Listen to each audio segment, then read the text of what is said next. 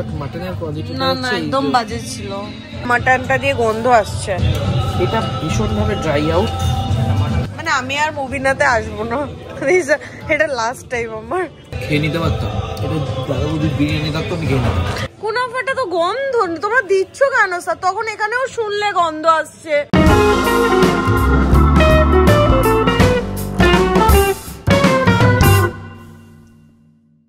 High guys, good morning, welcome to our channel আর new blog. Mahalaya আজকে শোনা হয়নি, সকাল সকাল উঠলাম হচ্ছে 11টা 20-তে। কি মহালয়া শুনেছ? শুনেই শুয়েছে। আমি আর সামনেটা কালকে একটা মুভি দেখলাম, খতরনাক মুভি। বাদ কেমন ছিল বলো মুভিটা? এখন মহালয়া শুনবো আমরা। কি হয়েছে তোর আবার? হ্যাঁ বললাম দিওয়ালি আসছে, তার জন্য আমার নতুন মোল্ডের স্টক হয়েছে। এগুলো সব ক্যান্ডেলের। সকাল সকাল সৌভিকের অসাধারণ ব্রেকফাস্ট। পেট গুড়গুড়, পেট ভুরভুর সব কমে যাবে। বাতাসা? হ্যাঁ, আজকে দিদি একদম তাড়াতাড়ি চলে এসেছে। হ্যাঁ, আজকে হবে হচ্ছে লাউয়ের ঘন্ট, লাউ দিয়ে ডাল, মাছ ভাজা, আলু ভাজা, সিম্পল মেনু। না খোসাটাকে খাবো না না না না। ঘুমিয়ে টুমিয়ে উঠে মুড়ি জল খেলো, খেয়ে আবার শুলো। আরে একটু দাঁড়া, হত্যাপুরিটা শুনে নি। মহালয়া শুনবো, চল না। আমার চালিয়ে ওঠ। আমাকে 10টা থেকে বলছিস 12টা 10 বাজে। 10টায় তুই উঠেছিস? হ্যাঁ, আমি 5টা 45-এ উঠেছি। উঠে শান্তনুদা আজকে বহুদিন পর বললো ঠিক আছে ছাড়ো, পেঁয়াজ লাগবে না। পেঁয়াজ খোররা এরম বলে আমাকে আবার, কিন্তু তুমি কি করছি ভাবো? ডাল দিয়ে একটু পেঁয়াজ খাবে? কাটলে কাটো। ডাল সবসময় ভাসিয়ে খেতে হয়।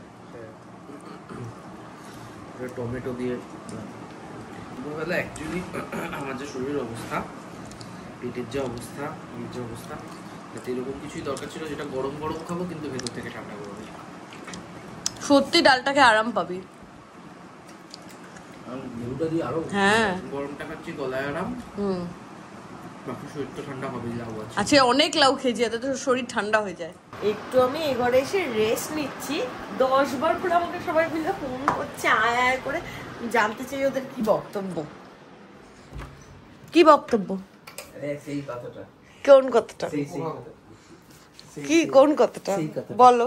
সেই কথাটা বলো, কোন কথাটা? কাকুর জন্য আজকে চাউমিন করা হয়েছিল।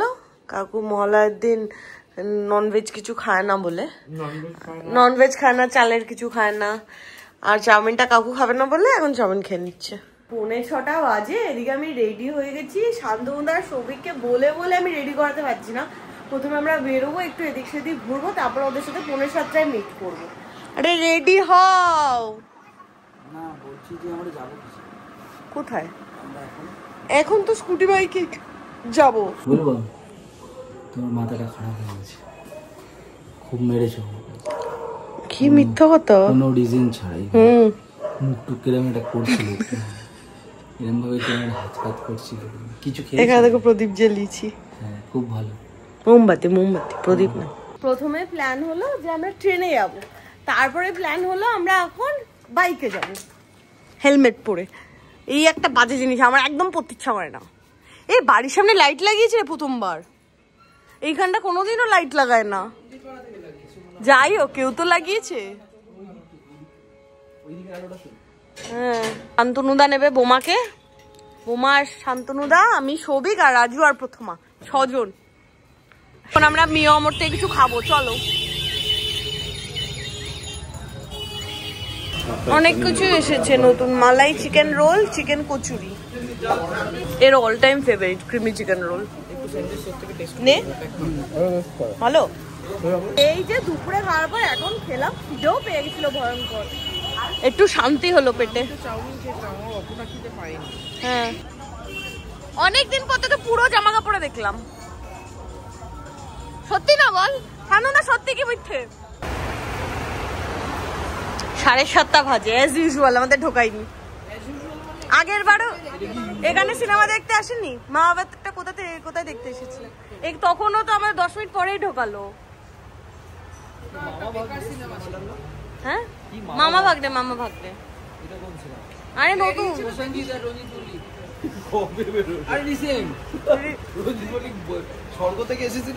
আরে আমরা এই অদিন টাইমিং কেন রাখে আমি জানি না। আগের দিনও আমাদের 10-15 মিনিট লেট হয়েছে, আজকে তো বলছে আধ ঘন্টা। 7:30 শো বলছে 8টায় আগে হলটা ভাঙবে দেন ঢোকাবে। শুরু হতে 8:10-15। আজকে আর মবিনাতে খাওয়া হবে না আবার। আর রাজস্বী চললো দুটো হেলমেট নিয়ে স্টুডিওতে হাওয়া খেতে। আচ্ছা 6 জন মিলে স্টুডিওতে যাবো হাওয়া খেতে, ঠিক আছে যাবো। ভেতরে গিজ গিজ করছে লোক আর গরম, আমি বাইরে আছি। না চলছে না, কোনো ফিলই আসছে না। নিচে দাঁড় করিয়ে আমাদের হয়নি, আমাদের ওপরে না দাঁড় করছে, সব এসি গুলো বন্ধ। এই মুভিটা কিন্তু সেরাই লাগছে। এই রাজু মুভিটা সেরাই লাগছে, মুভিটা সেরাই লাগছে। 10:50 হয়েছে, আমাদের শো শেষ, কিন্তু অসাধারণ একটা মুভি দেখলাম, দারুণ। যেমন কমেডি তেমন স্ক্রিনপ্লে অসাধারণ ছিল জাস্ট মুভিটা। এবার আমরা যাবো হচ্ছে মবিনাতে, 11:30 পর্যন্ত যেহেতু বলেছে অনেকটা টাইম আছে, এই হোক আমরা ঢুকে যেতে পারবো। এখানে আমি আর শান্তমুদা যাচ্ছি, মবিনাতে সিট রাখতে, কারণ এরা সবাই এখনো বেরোতে পারেনি। তুমি গাড়ি পার্ক করে আসো, আমি ওপরে যাই, ঠিক আছে? কতদিন ধরে আমরা ট্রাই মেরেছি বলো, অনেক দিন ধরে ভাবছিলাম মবিনাতে আসবো, আজকে ফাইনালি এসেওছি। আর আমাদের 6 জনের সিটও রেডি। চলে আয়, দৌড়ে এসে জায়গা রেখেছি। ই মা কি কাকে মারলো, আজাও পূজার পাশেই বসতে হয় সবসময়। কেন আমি ওর পাশে বসবো না? বাজে কথা বলছে আমাকেও। বাজে কথা কোথায় বললাম? তাই টুপি দেবে না? টুপি পরবো না, মাথায় টুপিটা পরবো না। সবার মনে হয় প্রচুর খিদে পেয়ে গেছে, কথা বলতে পারছে না। তুমি এক্সট্রা প্লেট দিয়ে দিও। হ্যাঁ, আর এই যে আমাদের কাবাব প্ল্যাটার, এটা রেশমি, এটা মাঝখানে নিয়ে না ছবি তুলবো। মাঝখানে তো ফাঁকা লাগবে, ফাঁকায় কিছু হবে না, করবে না, রাখ। তোদের খেলা দেখা চলবে। এখানে চালিয়ে দিতে বল না। কাবাবটা জুসি ভালো। এইটা হচ্ছে আমাদের মান্ডি। এইটুকু রাজু তুই ছবি তোল, এটা ডিপ ভ্যারাইটিস অফ কাবাবস। থালা দেবে না? এইভাবে হাত দিয়ে না থালা দেবে, ওই তো থালা দেবে। এগুলো সামনে সার্ভ করে দাও না। এই তো রাজুও তো ছবি তুলছে, সেবেলা কিছু হয় না।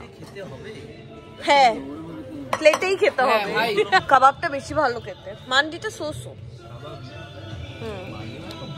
হ্যাঁ কাবাবগুলো খুব ভালো ছিল, বাট মাটনের কোয়ালিটি না একদম বাজে ছিল, পুরো মাটনটা দিয়ে গন্ধ আসছে। এটা ভীষণ ভাবে ড্রাই আউট। মানে আমি আর মুভিনাতে আসবো না, এটা লাস্ট টাইম আমার। জঘন্য এক্সপিরিয়েন্স।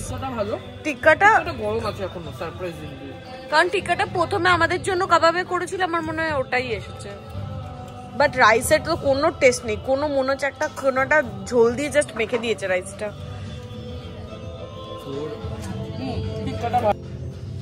এটা খাওয়া যাচ্ছে চিকেনের ব্রেস্ট পিস। কে খায় ব্রেস্ট?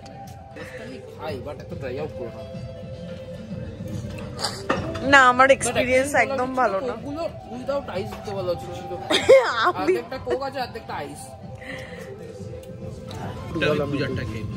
হ্যাঁ সে খা না, মোমা রাইস খতম করবি। প্রথমে জ্ঞান দিয়েছিলি কেন? খেয়ে নিতে পারতাম, মোমা তুই এসব ডায়লগ বাজি করিস না। মাটনে যা স্মেল আমাদের লেগেছে, তারপরে আমাদের ডেজার্ট খেতে ভয় লাগছে। আচ্ছা ডেজার্টটা নিয়ে আগে খেয়ে দেখে নে। আমার ও সবে চামচ দিয়ে গেল। বারণ করে দিবি কি ডেজার্টটা? আমার তো দেখতেও ভয় লাগছে এখন।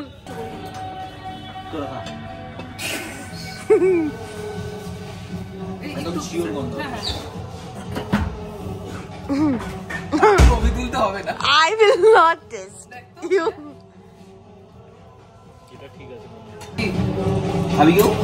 খাবো বলেই তো অর্ডারটা করেছি। এ কি রে, মানে যেটা এডিবল সেটা বলছে, তোরা খাবি?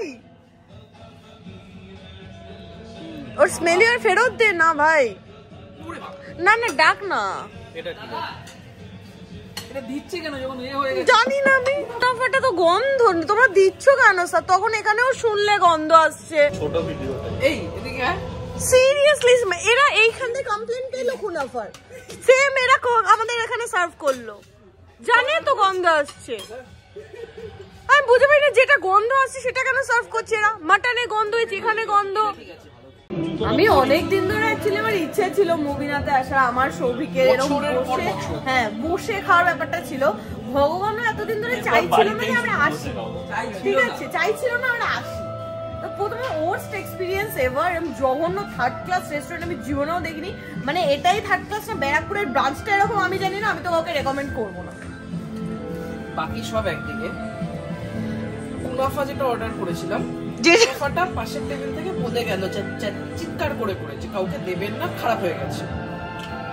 ঠিক আছে, এই পাশের টেবিলে দেখলাম সবাই প্লেট ধরে ফেলে রেখে গেল। তাও ভাবলাম ঠিক আছে, খারাপ হলে হয়তো বলবে এত কিছু। ঠিক আমাদের সামনে এনে দিল, বোমা শুকে রেখে দিচ্ছে। ভাবি এরকম জঘন্য এক্সপিরিয়েন্স আমি অনেকদিন পর পেলাম। কুনাফার স্মেল ছিল এখানে। টক দই যদি আমি বাইরে রেখে দিই 7-8 দিন ধরে, তাহলে যেরকম হবে সেরকম। এরকম বাজে এক্সপিরিয়েন্স না বহুদিন পর হলো খাবারে।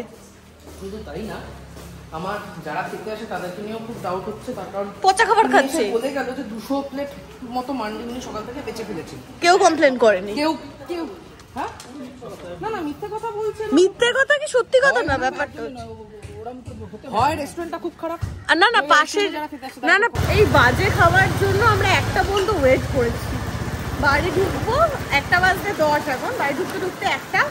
এই বাজে ফালতু থার্ড ক্লাস খাবার খেয়ে আমরা 1টায় বাজছি। সবাই মিলে বাড়ি এসে প্যানফর্টি খেলাম, আমি 1 কাপ চা নিয়ে বসলাম। চাটা খাবো, খেয়ে ঘুমাতে যাবো। সৌভিক তো ঘুমাতে চলে গেছে, শান্তমুদারও অবস্থা খারাপ, কেমন জানি গাটা গোলাচ্ছে, অস্থির অস্থির করছে। যাই হোক, আমি রিকোয়েস্ট করবো ব্যারাকপুরেরটায় যেও না, আর যেখানেই যাও ব্যারাকপুরের মুভিনাতে যেও না। আজকে ব্লগটাও এডিট করছি, দেখা হবে কালকে নতুন ব্লগে। Till then tata, good night.